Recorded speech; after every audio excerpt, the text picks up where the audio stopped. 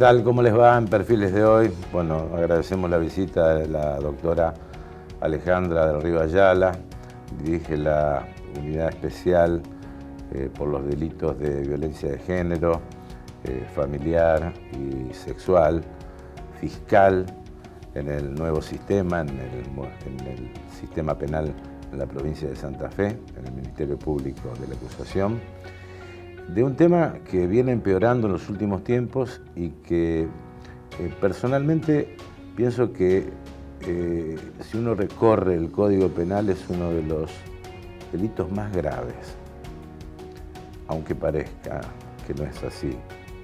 En un homicidio, lamentablemente, la víctima está fallecida. En un robo, tal vez lo material se recupere. En un intento de homicidio, tal vez queden secuelas, lesiones.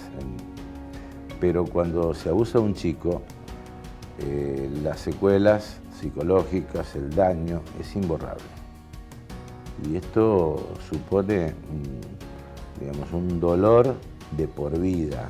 Por eso vamos a hablar de este tema, porque todavía la Argentina no ha hecho un cambio cultural para considerar que esto es absolutamente grave, o todavía, a pesar de las modificaciones de la tipificación de femicidio y de la mediatización de los casos de abuso, parece todavía una incomprensión de muchos sectores, incluido la dirigencia política.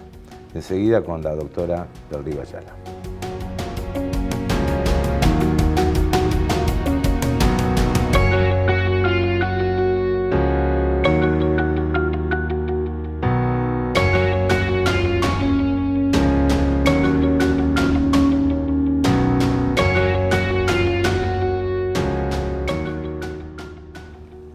¿Qué tal? Un gusto saludarte. ¿Qué tal? Buen día.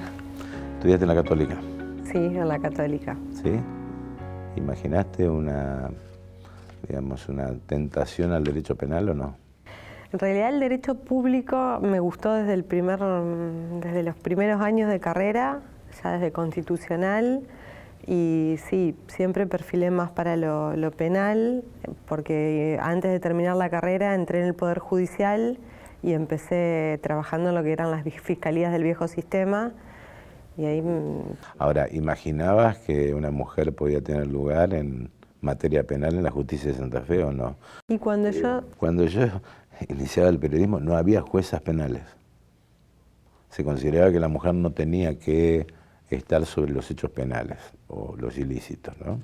Sí, cuando yo entré había muy pocas mujeres juezas en el fuero penal, que fue por el 2008, estoy hablando, no hace tanto tiempo tampoco, y bueno, paulatinamente hoy se ve como mucha mayor cantidad. De todos modos, la proporción entre lo que son la igualdad de cargos, digamos, entre fiscales adjuntos, juezas y jueces, es mayor para los hombres. ¿Llevas la cuenta de cuántos casos participaste de abusos, violaciones, violencia familiar? No tengo una cuenta, no tengo un número exacto, pero son miles, más de 1000 seguro, porque nosotros tenemos como un registro más exacto de los casos con presos o con presos que se han condenado, pero después hay muchísimos casos que se trabajan en libertad, o porque son penas más bajas, o porque son casos que siempre se trabajaron en libertad y se llevan a juicio así. Y la verdad que son muchísimos lo que entra en la unidad fiscal, y de hecho cuando arrancó la unidad fiscal, nosotros como unidad especial agarramos todos los casos que había en el MPA en la primera circunscripción, y eran, si mal no recuerdo en ese momento, cerca de 2000 legajos en el 2017.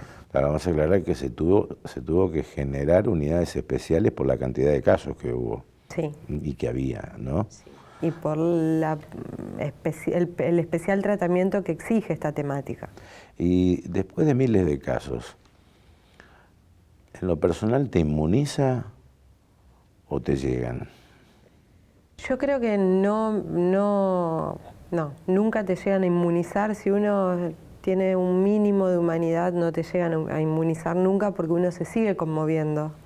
No sé si con todos los casos de la misma manera, porque es verdad que uno ya tiene uno ve esto a diario y se le hace como más familiar, lamentablemente, ciertos términos o escuchar a los niños y niñas decir ciertas cosas, pero siguen existiendo muchos casos que realmente nos conmueven, más allá del tipo penal, de si es un abuso simple, un abuso gravemente ultrajante o un acceso carnal.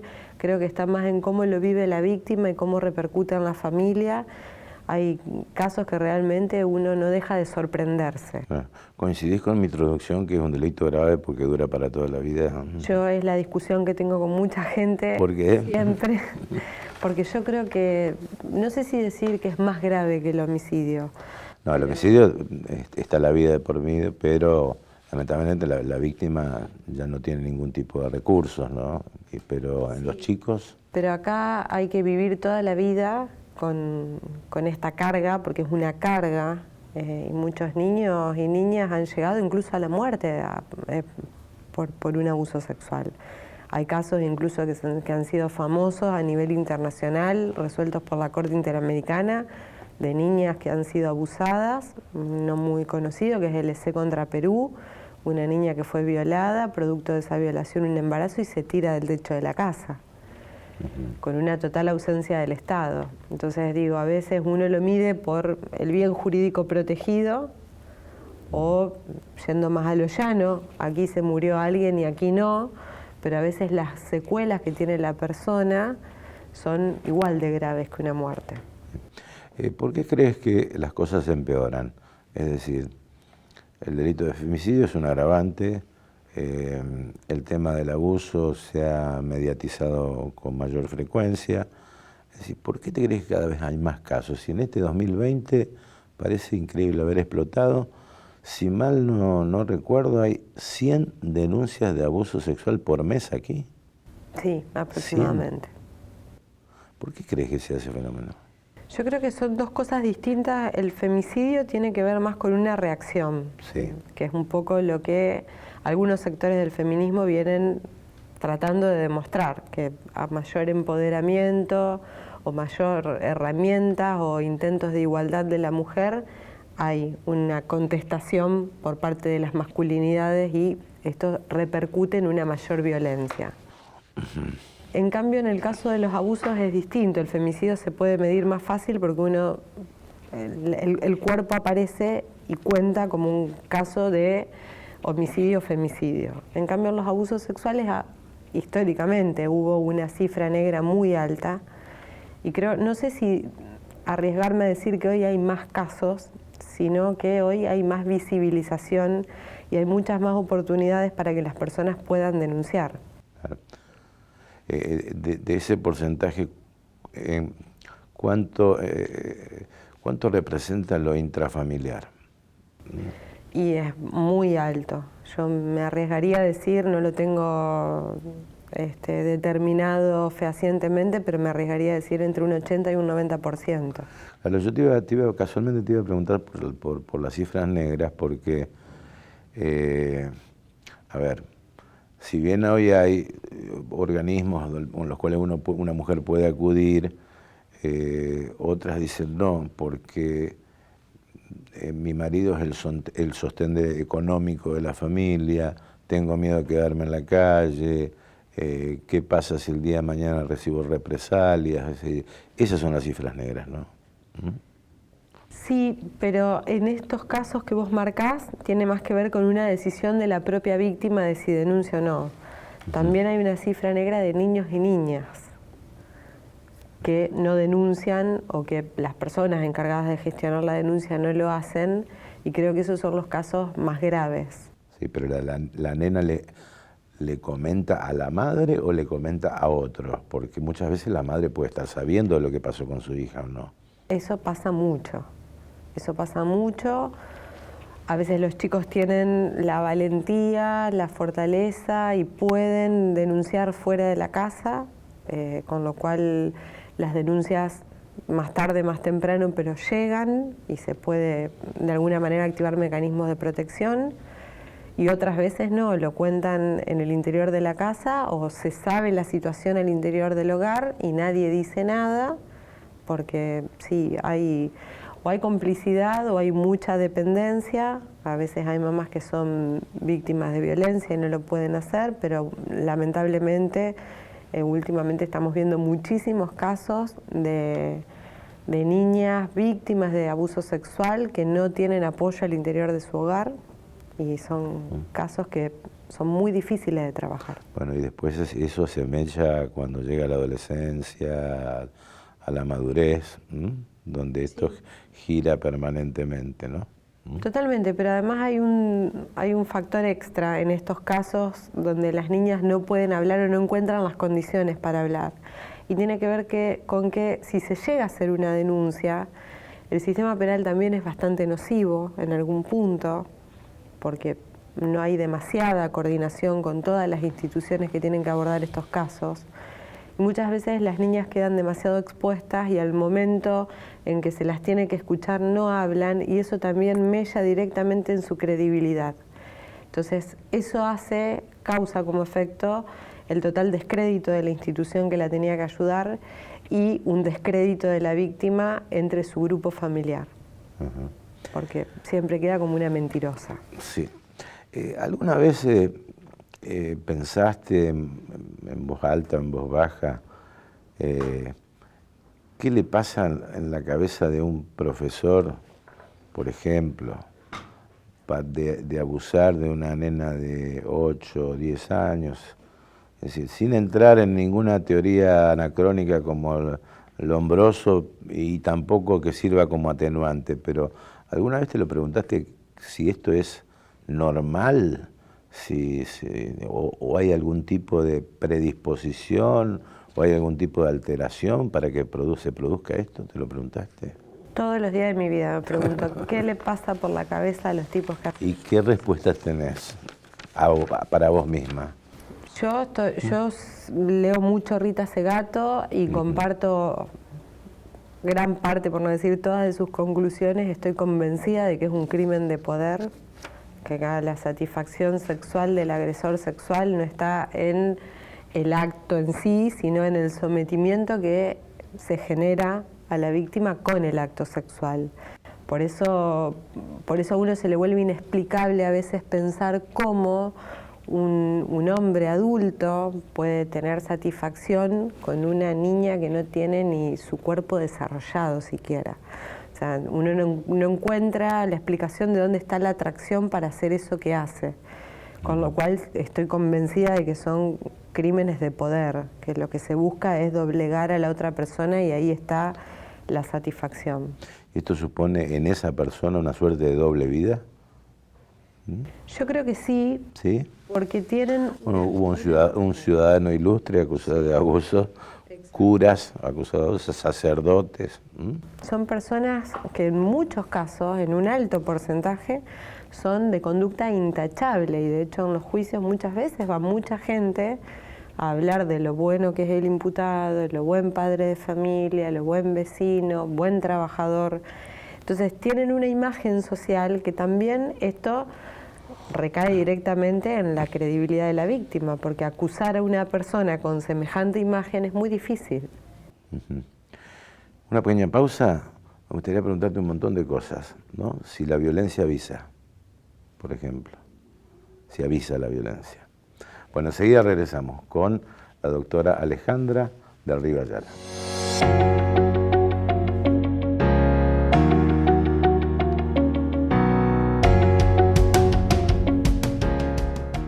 Bien, seguimos con la doctora del Río Ayala, fiscal de la Unidad Especial sobre Violencia de Género, Familiar y Sexual. Me ha quedado pendiente una pregunta, y si es posible de percibir si la violencia tanto intramuros o la violencia de una pareja avisa o no avisa, o es algo impredecible. Yo creo que hay que diferenciar lo que es la violencia física, la violencia doméstica, la violencia entre parejas, a lo que es la violencia sexual, porque tienen mecanismos de producción muy distintos y se manifiestan de manera muy distinta.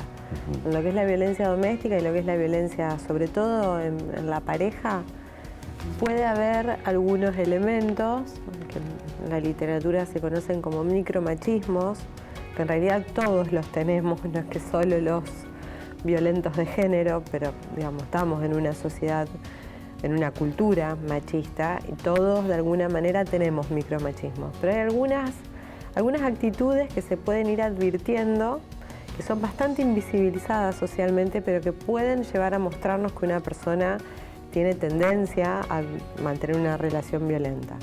Ahora, yo creo que en lo que es el abuso sexual es muy difícil poder ver que esto va a pasar. Prácticamente yo creo que es imposible. Me ha pasado de ver casos donde las niñas que ya han sido víctimas de abuso cuentan que al inicio de la relación con el agresor, por ejemplo un padrastro, ellas notaban que las miraban de cierta manera particular. Si uno piensa si eso es suficiente para hacer una denuncia, no. ¿Es suficiente para poner una alerta? Tal vez, porque es una percepción de la persona. Generalmente son niñas pequeñas y que esto lo traen a colación después de todo lo que pasó. Para ser gráfico es un gesto excesivamente cariñoso. Exactamente. Por ejemplo, ¿no? Exactamente. Pero no necesariamente una persona excesivamente cariñosa va a ser una persona abusadora, con lo cual tampoco es un parámetro que uno diga la sentada sobre la falda y seguro que esto va a pasar. No.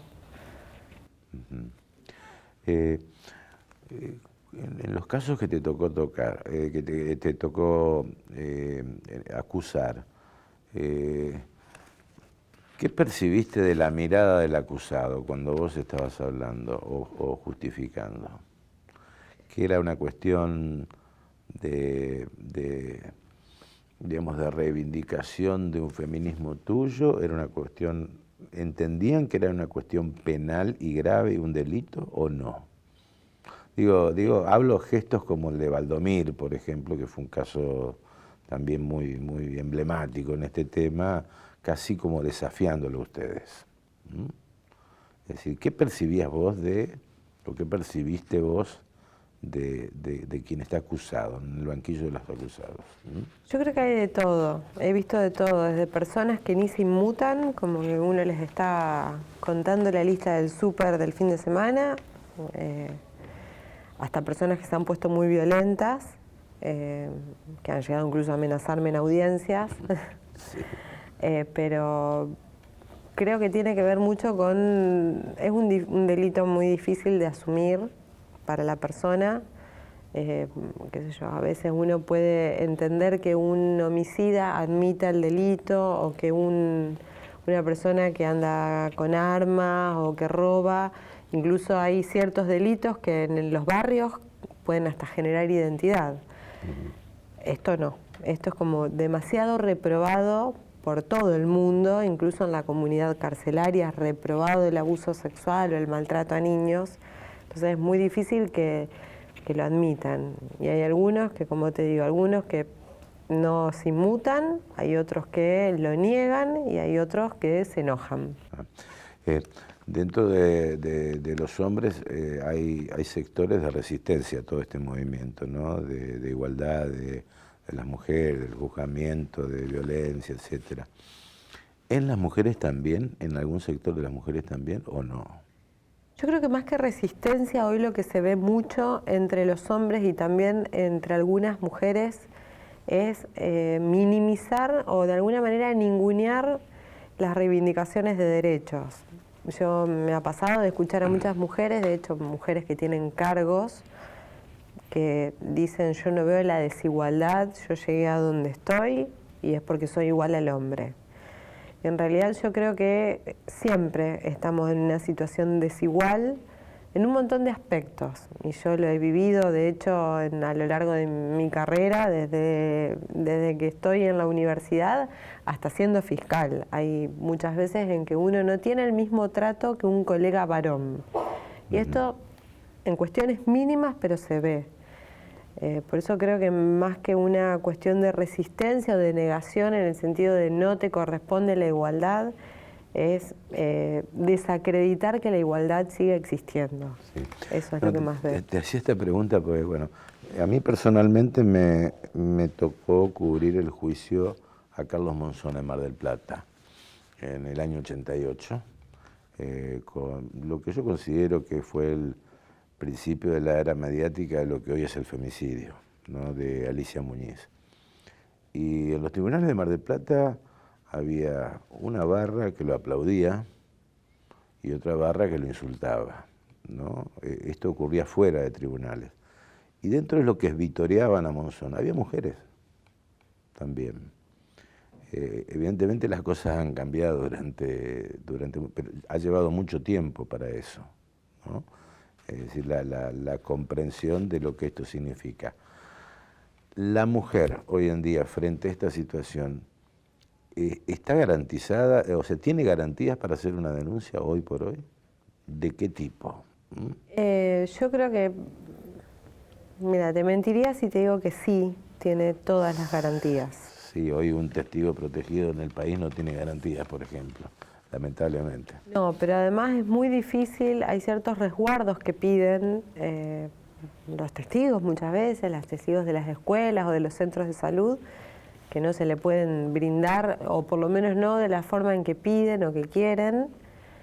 Y yo creo que las víctimas en particular, bueno, con los niños y niñas ni hablar porque son los sectores más vulnerables siempre, pero incluso las mujeres adultas que muchas veces tienen más herramientas para poder desenvolverse o salir de la situación, más que un niño digo, no tienen todas las garantías. Y de hecho muchas veces el mismo sistema y la burocracia que hay en el sistema, ya hablando no solo de lo penal, sino de todo el sistema, que las empuja otra vez a seguir tolerando lo que venían tolerando, o que las marginaliza o empeora su propia situación. A veces hacer una denuncia por cómo están dadas las condiciones, para algunas mujeres termina siendo peor.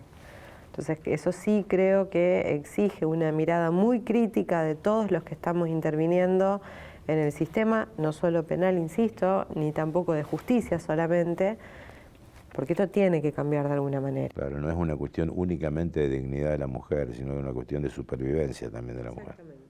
Es así, ¿no? Sí. Bueno, hay dentro de tu área hay un tema muy, pero muy delicado, que es el tema de las violaciones.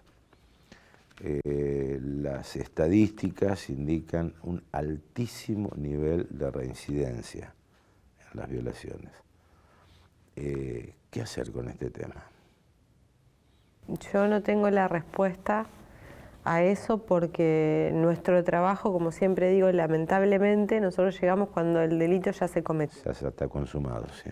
Y una vez que ya está cometido, lo único que podemos hacer es investigar, tratar de ahora en más de apoyar, acompañar y estar con la víctima, también de una manera bastante limitada porque nuestros recursos son muy limitados y nuestro objetivo central es investigar el hecho y buscar una sanción penal, con lo cual con el tema de la reincidencia y qué hacer después, el tema es qué se hace después o qué se hace durante el tratamiento. Es un tema carcelario importante, ¿no? Se han ensayado distintos tipos de respuestas a este tema y todavía no se ha llegado a ningún tipo de conclusión, ¿no? Pero... Sí, exactamente.